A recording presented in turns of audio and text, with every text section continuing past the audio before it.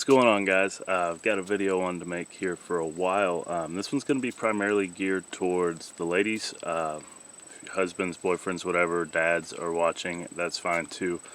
So one thing that I've seen a lot in gun stores is, a woman's going out to buy a gun, and then her husband or boyfriend or whatever significant male figure in her life kind of takes that decision over for her and says, no, what you should get is this one. It doesn't matter how good that one feels in your hand or whatever, you only want this. And a lot of times they tend to gravitate towards smaller guns.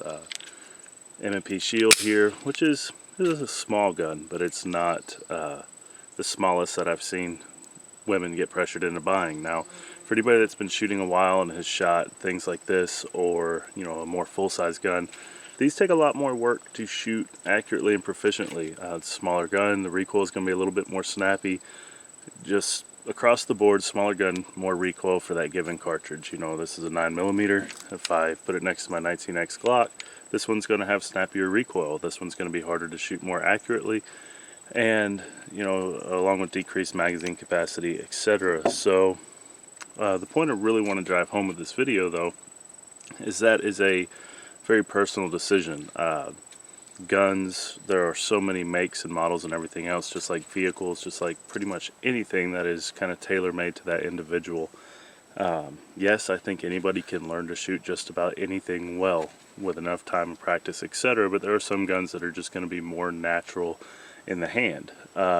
So if you're a woman and you're thinking about buying a gun, don't let somebody else hijack that decision. Please go out, try shooting a bunch of different things.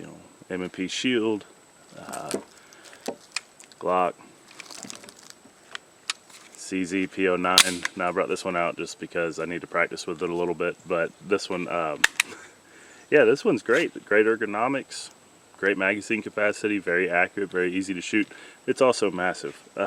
So if you're into the concealed carry thing, maybe not something this big. And then the last one I brought out, Smith & Wesson Governor. Now instead of Governor, insert Judge.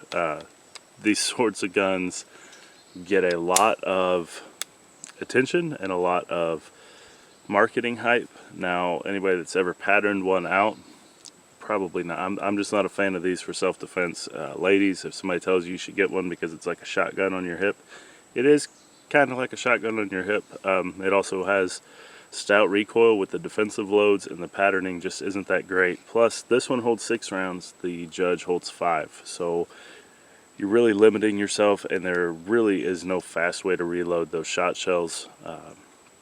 At least nothing that beats a magazine change in a semi-auto. So if you're going to get something like this, this is a great snake gun. It's a lot of fun to shoot if you're using the Moon Clips with 45 ACP. Other than that, stay away from these, ladies, please. Now, I'm not trying to hijack your decision. I'm just saying this just isn't it. If you are going to go the route of like a M&P Shield, great guns. I've got 2 of them. My wife loves them. They're great guns. The reliability has been awesome. You have 7+1 mag capacity with the short mag, and then 8+1 with the long mag. Good guns. You just need to put the time and effort into getting to the point where you're proficient with them.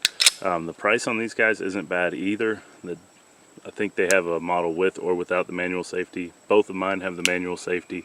I don't use them, and they are small and unobtrusive enough that they've never been an issue for me. So good guns there. If you are going to look at this size factor, just make sure you do put in the time to practice with them. Glocks, I think everybody knows about Glocks by now. This is the 19X, so full-size grip, short Glock 19 slide. Again, you're just going to have to find something that works for you. Go out, try to shoot. If you've got friends that shoot a lot, shoot with them, try a few different things, see what feels good, what's most natural for you, and then factor in your concealment around that. Carrying a gun is a lifestyle change. It is going to require some clothing alterations, or not alterations, but altering your dressing style a lot of times to dress around the gun. It's not really something that's just convenient and it's just going to happen without changing things. It's just a fact of life. So if you are going to go for a bigger gun like this, in the concealed carry world, this is considered a bigger gun. Make sure you get the right holster. They can be somewhat uncomfortable to carry if you don't have the right holster. So check out the Amazon reviews. Ladies, I know you guys dress differently, different anatomy and all that. Try to watch reviews from female shooters, female carriers. If you have friends that are concealed carriers that are females, go with that. And then one other thing I wanted to touch on, where you carry your gun. I have seen a plethora of stuff coming out that's designed for off-body carry. So what that means is purse, handbag, things like that. I'm not a fan at all. Would completely advise against it unless that was like the only way you could get away with carrying a gun. Reason being is simple.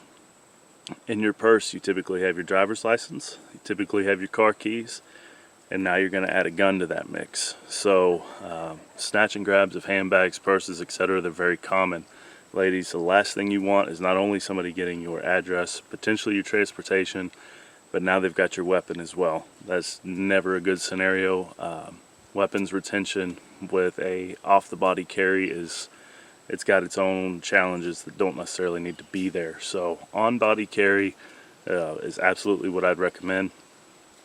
Still practice safe weapon retention and keep an eye on where your gun is and who's around your gun. I get that, but putting it in a bag that can very easily be taken away from you, not a good idea. Not to mention, if you've got little kids and stuff, they get curious, they go in mommy's purse or whatever for something. Just don't do the gun in the bag thing. Not a good idea. Other than that, yeah, it's a very individual decision.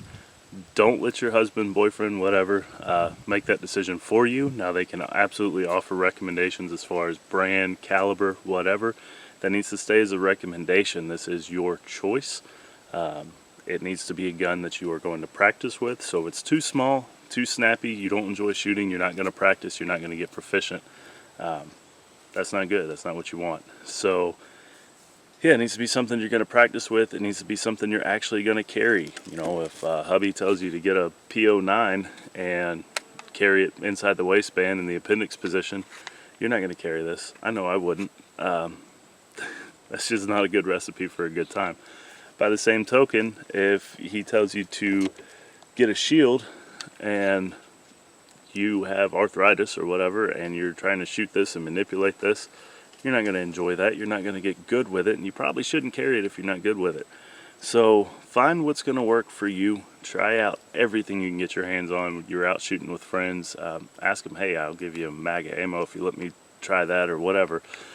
Absolutely.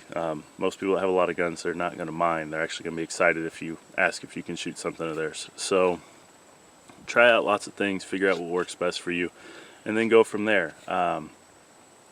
Caliber recommendations, I see a lot of women get pushed to these little Smith & Wesson J-frame 38s. 38 Special is absolutely sufficient for the task.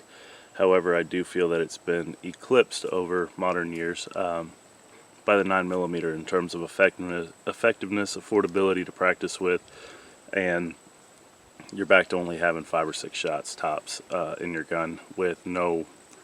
I know people drill with revolvers and can reload quickly, but it takes a lot more work to reload a revolver than it does a semi-auto. So, yeah, I'm going to recommend 9mm. You guys do whatever you want to do. So, 9mm is what I carry. It's not a wimpy round. Absolutely sufficient to the task.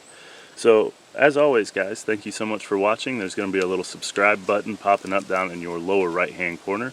Go ahead and click that for me. Help me grow the channel. If you like this video, please give it a thumbs up. If there's a lady in your life that needs to see it, go ahead and share it. And as always, stay safe, keep shooting. I'll see you next time.